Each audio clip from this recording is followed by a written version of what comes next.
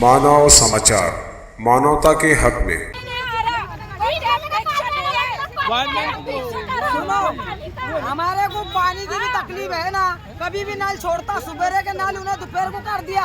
कभी 2 बजे देता, कभी 1 बजे, कभी 5 बजे, कभी 6 बजे, कभी 10 बजे, कभी 12 बजे, अभी बोलता 2 बजे। अभी ठंडी है भाई। अरे गडर का भी तकलीफ है हमारे को। गडर का लंबी दिन में 10 बजे नल चाहिए यहाँ पर। मेहमान नवाज में हम लोग को नल चाहिए। यहाँ पे नल को उठा दे, कोई है नहीं यहाँ पर। कोई आमदार अंदर को फोन करे तुमने? हमने किसको कहा फोन करेंगे? हम लोग को लेडीज को तो क्या पता है। अभी सब लोग इस्तेमाल करेंगे।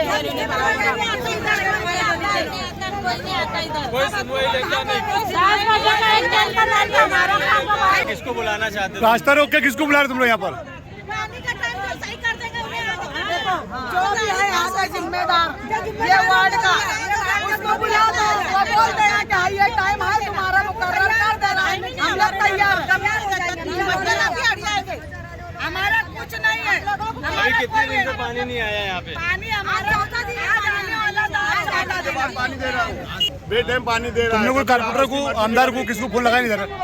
इसकी मर्जी में जब आएगा पानी दे रहा है वो।